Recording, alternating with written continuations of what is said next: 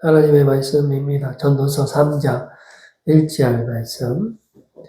범사에 기한이 있고 천하만사가 다 때가 있나니 시간 속 사람이라는 제목 가지고 주님의 은혜의 말씀 함께 나누기를 소원합니다.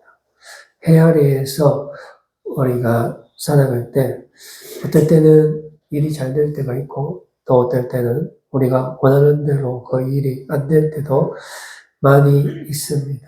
왜냐하면 이 시간과 또 공간, 여러 가지 우리가 물리적인 법칙, 세상의 원리, 이 속에서 살아가기 때문에 그렇습니다. 그래서 오늘 제목도 시간 속의 사람이 되겠습니다. 오늘 본문 말씀 전도서에서도 해 아래에는 모든 것이 시간적인 제약이 있다라고 표현하고 있습니다. 모든 것이 범사가 정한 때가 있고 또 그때 그것이 그대로 이루어진다 하는 것은 사람이 그 모든 시간의 그 범주 안에서 세상 안에서 우리가 살아갈 수밖에 없고 우리 힘으로 세상을 벗어날 수 없다라는 겁니다. 그럼에도 불구하고 하나님께서 우리에게 영원을 사모하는 마음을 주시기 때문에 그 너머의 세상을 볼 수는 있고 상상할 수도 있지만 전혀 우리는 모른다는 겁니다. 다만 있다라는 것만 알고 그래서 우리가 소망을 가지고 주님이 다시 오시는 그날까지 인내하며 기다릴 수 있게 되는 거죠. 이 부분은 미지의 영역, 믿음의 영역이기 때문에 하나님께서 우리에게 믿음을 허락하실 때 우리가 이 마지막 때 참으로 어렵고 힘들고 또 부조리한 세상을 살아감에도 불구하고 우리가 영혼을 산바하는 마음을 가지고 있기 때문에 주님이 다시 오실 것이라는 그 믿음으로 모든 것을 인내하고 견뎌내게 되는 겁니다. 그러면 마지막 때에 주님께서 심판하시고 우리를 회복시켜 주시며 또 우리에게 영원한 승리를 안겨주실 줄로 믿습니다. 이처럼 세상은 다 정해진 시간에 따라 움직입니다. 태어날 때가 있으면 죽을 때가 있죠. 항상 좋은 것만 있는 거 아니고 또 그렇다고 나쁜 것만 있는 것은 아닙니다. 그렇기 때문에 우리가 아둥바둥할 필요가 없고 정반합이잖아요. 정이 있으면 반드시 반이 있기 때문에 그것은 미지의 영역이 아닙니다. 그것은 세상의 영역이기 때문에 우리가 조금만 인내하고 견디면 현명한 사람이 될 수가 있습니다. 공부 열심히 할 때가 있고 일 열심히 할 때가 있는 반면에 또 쉴 때도 있습니다. 그때는 공부하면 안 돼요. 그때는 충분하게 아무 생각 없이 휴식을 취해줘야만 우리가 멀리까지 걸어갈 수가 있게 되는 거죠. 또 웃을 때가 있으면 반드시 울 때가 있다. 그래서 항상 겸손해야 되죠. 사랑할 때가 있으면 또 헤어질 때가 있고요. 계속해야 할 때 또 포기할 때가 있고 조용할 때가 있고 외쳐야 할 때가 있습니다. 이것을 정리하게 되면 잘 될 때도 있고 못 될 때도 있는데 이 모든 것이 공존한다라는 것을 알 수 있습니다. 이것을 다른 말로 표현하면 하나님의 계획이에요. 이게 하나님의 작정이고 하나님의 예정입니다. 이것은 태초 전부터 하나님께서 디자인하신 거예요. 여기서 우리가 토기장이가 토기죠. 토기가 토기장이한테 왜 나쁜 거는 왜 만들었습니까? 라고 할 자격이 없다라는 거예요. 거기에는 모두 다 이유가 있어요. 하나님의 뜻이 거기에 숨겨져 있습니다. 그래서 이 모든 것이 합력하여 선을 이루게 되는 거고요. 모자이크 하나하나가 모여서 한 그림이 되듯이 우리가 한 부분만 보고 거기서 포기하거나 멈추게 된다라면 모든 완성된 그림을 볼 수가 없고 또 그 그림을 온전히 다 그려내지도 못한다 하는 것입니다. 그래서 전체적인 이 그림은 달라지는 게 없어요. 우리 힘으로 바꾸려고 해도 바꿀 수가 없습니다. 예를 들면 마음에 안 드는 일이 있어요. 그럼 내가 이것을 받아들이지 않는다라고 해서 그 일이 내에게 오지 않는 게 아닙니다. 또 내가 기쁜데 계속 기쁘고 싶어요. 그러나 반드시 때가 되면 그 기쁨은 사라지는 것이죠. 그래서 전도서 3장 9절 말씀에 보면 일하는 자가 그의 수고로 말미암아 무슨 이익이 있어요. 이것은 우리가 아무리 열심히 해도 달라질 게 없다라는 겁니다. 우리가 수고하는 것 자체가 헛된 거예요. 그런데 기권해서 그 재산을 다 모아놨는데 나중에 죽을 때 그 재산을 가져갈 수도 없고 아무도 우리를 기억하지 않습니다. 이런 모든 세상이 또 어떻게 됩니까? 계속 반복돼.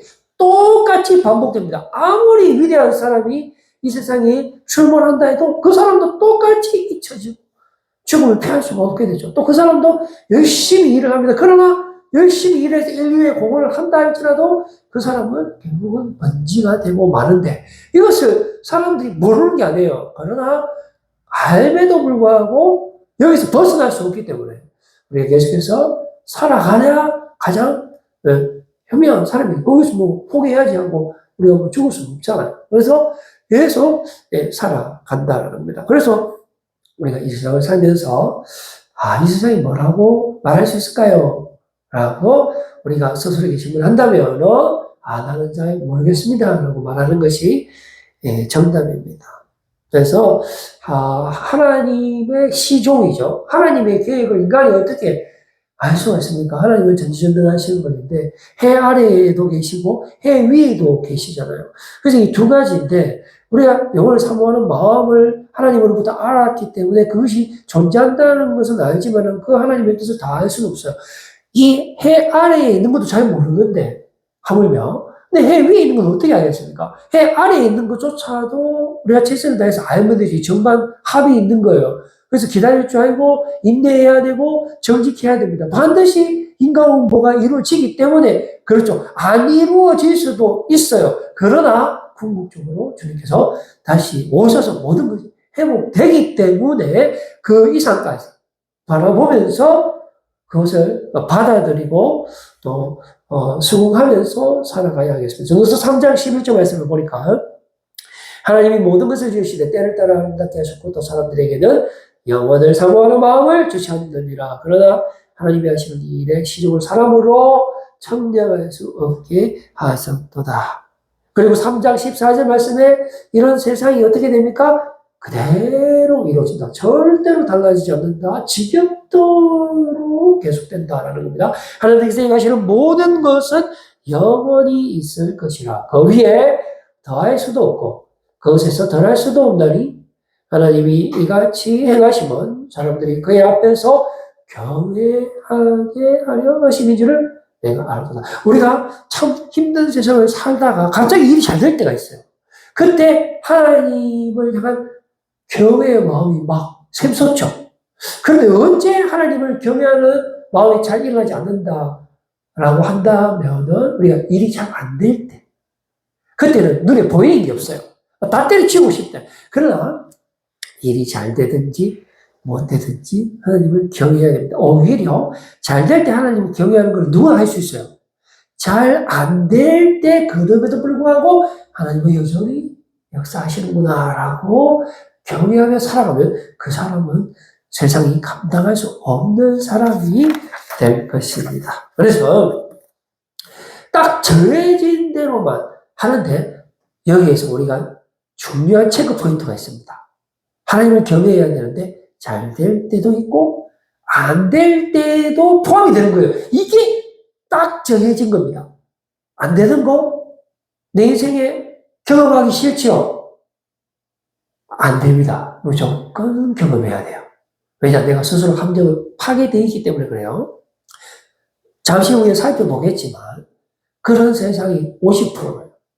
수치화하는 게 의미가 없지만 간단하게 표현하면 50대 50 이게 다 더해져야만 온전한 하나가 됩니다. 전도서 3장 15절 말씀에 보면 이제 있는 것이 옛적에 있었고 장래에 있을 것도 옛적에 있었느니라. 하나님은 이미 지난 것을 다시 찾으시느니라. 하나님은 영원하신 분이에요. 절대로 변하지 않으시는 분, 신실하신 분, 이 세상 가운데 이 해 아래에서 우리로 하여금 돌아오시기를 바라시며 우리를 회복시키시기를 원하시며 우리를 고쳐주시기를 원하시며 우리를 돌아오시기를 원하시는 분입니다. 하나님이 우리를 절대로 포기하지 않으시는데 이게 하나님의 계획이고 하나님의 일입니다. 이 일은 영원한 것입니다. 항상 again, 다시 우리를 찾으신다 하는 겁니다. 그래서 우리 하나님의 계획 가운데 좋고 나쁜 것이 해 아래에서 반복된다는데 우리가 구체적으로 몇 가지만 살펴보겠습니다. 첫 번째 재판인데요. 재판을 하면 공정하게 재판을 해야 되잖아요. 그러나 일부 사람들은 불공정하게 재판해요. 그게 하나님의 뜻입니까? 우리가 스스로 휴먼 에러죠, 이거. 둘 중에 한 개만 있는 게 아니에요. 불공정한 것도 하나님의 세상, 해 아래에 포함이 됩니다. 이것은 주님이 오시는 그 순간까지도 공정한 것과 불공정한 것이 공존합니다. 그대로 이거. 두 번째는, 사람과 이 동물입니다. 동물. 사람과 동물이 다른 게 아니고 같이 숨을 쉬고 동일하게 이 생체 활동을 하게 됩니다. 그런데 사람이 동물을 학대하거나 아니면 동물이 뭐 사람을 문다거나 이런 일이 일어날까요? 일어납니다. 일어나는데 또 사람과 동물이 서로 다 조화롭게 살아가는 부분도 있지만 어떤 문제가 발생하기도 하는데 그렇다고 해서 세상이 종료되는 것은 아닙니다. 만약에 너무 과하게 어떤 대형 사고가 일어나거나 하면 피차 좋지 않은 거죠. 그 다음에 폭력이 있습니다. 폭력. 이 폭력을 가하는 학대자죠. 피의자가 있으면 피해자도 있는 것입니다. 그리고 위로자는 없어요. 이 4장 1절, 전도서 4장 1절 말씀 보니까 내가 다시 해 아래에서 행하는 모든 학대를 살펴보았다. 보라, 학대받는 자들의 눈물 일어나 그들에게 위로자가 없도다. 그들을 학대하는 자들의 손에는 권세가 있어 그들에게는 위로자가 없도다. 자, 그리고 또 계속되는 거, 회화이 계속되는 거, 시기심이에요. 시기심. 물론 사랑의 감정도 있고 배려하고 이웃을 나보다 낫게 여기고 이웃을 세우는 그런 마음도 있지만 동시에 어떤 마음이 있습니까?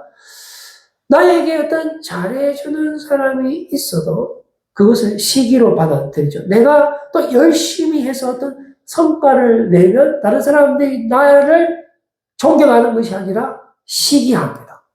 네, 이것은 영원히 계속되는, 주님이 오시는 그날까지 계속되는 겁니다. 그리고 정직하고 성실한 사람이 있겠지만 또 동시에 게으른 사람도 있는 것입니다. 그리고 죽도록 일하는 일에 중독된 사람도 있지만은 정말 사소한 것에 정말 일상의 황홀함에 만족하면서 그렇게 살아가는 사람이 있습니다. 그래서 이 모든 해 아래에 잘 되는 것, 못 되는 것이 다 하나님의 일에 포함된다는 것을 알고 우리가 살아가면 참 이 세상에서 하나님의 기쁨이 되는 삶을 살 수 있을 것입니다. 그렇게 사는 사람의 하나의 예가 있는데 이 사람은 상당히 가난하게 태어났어요. 그러나 열심히 일했습니다. 꿈을 가지고 또 지혜롭게 그렇게 생활을 할 때 또 성실하게 정직하게 남들이 돈이 없다고 무시하든지 말든지 최선을 다했을 때 또 많이 성장하게 되고 또 가난을 극복할 수 있게 됩니다. 그런데 또 어떤 사람에 의해서 학대를 받으면서 불공정한 재판을 받게 되면서 감옥에 가게 됩니다. 그러나 그곳에서도 포기하지 않고 자기가 풀려날 때를 기대하며 소원하며 살아갔고 결국은 풀려났어요. 그리고 또 열심히 살았죠. 왕의 자리까지 오르게 됩니다. 그래서 모든 백성이 그를 칭송하고 그 선한 왕 때문에 그 나라가 부강하게 됩니다. 그런데 문제는 이 왕도 결국은 죽음을 피할 수 없고 먼지로 돌아가고 아무도 기억해주지 않는 그런 연기와 같은 존재가 되고 말았다라는 이야기입니다. 이것은 무엇을 말합니까? 결국은 해 아래의 인생은 연기를 잡는 것과 같다. 우리가 정말 수고하지만 그 모든 것이 헛되는데 그것이 계속 반복된다. 그러므로 우리가 하나님께서 우리에게 주시는 그 계획은 인간이 도저히 알 수 없다라는 겁니다. 근데 여기서 멈추면 되는 것이 아니고 알 수 없기 때문에 더욱더 우리가 하나님을 경외해야 되는 거예요. 잘 될 때만 하나님을 경외하면 그 사람은 못 될 때는 어떻게 할 겁니까? 그럼 세상 다 때려치울 겁니까? 안 되잖아요. 잘 될 때도 하나님을 경외하고 못 될 때도 하나님을 경외하고 왜 그러냐면 전반적으로 전체적으로 우리는 해 아래의 삶도 모르고 해외의 삶도 모르기 때문에 그렇습니다. 그래서 전도서 5장 7절 말씀에 보니까 꿈이 많으면 헛된 일들이 많아지고 말이 많아도 그러하니 오직 너는 하나님을 경외할지니라. 알지도 못하면서 막 일하고 막 행동하고 말하고 이러면 그 적적이 사고칩니다. 그러니 모르면 가만히 있는 게 도움이 되죠.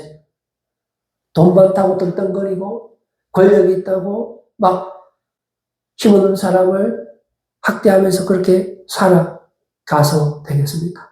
그런 사람은 만족이 없어. 계속해서 욕심이 그를 사로잡다가 결국에는 갑자기 그의 돈이 사라지고 그의 재산이 다 사라지고 결국은 하나님 앞에 심판의 자리에 서게 될 것입니다. 이제 저는 말씀을 맺으려고 합니다. 어떻게 하면 우리가 가장 현명하게 가장 아름답게 축복된 삶을 살 수 있을까요? 하나님의 계획을 우리가 알 수가 없기 때문에 항상 하나님을 경외하는 마음으로 영혼을 사모하는 마음을 가지고 현재의 하나님께서 나에게 주신 모든 일상의 삶을 감사히 생각하고 지극히 최선의 삶이라고 인식하고 잘 먹고 잘 입고 잘 마시고 즐겁게 사는 것이 바로 하나님이 우리에게 주신 몫이고 선물인 겁니다. 우리 절대로 무리하면 나대면 안 돼. 나대지 마세요. 화난다고 에이 그러면 떼차 화난다고 뭐 밥 안 먹으면 그럼 자기 몸만 축나 절대로 해 위의 세상을 기대하며 주님 다시 오시는 그날을 바라보며 일이 더 안 될 때일수록 신실하신 하나님을 의지하며 이 마지막 때를 살아가시는 우리 모두가 되기를 소원합니다. 기도하겠습니다.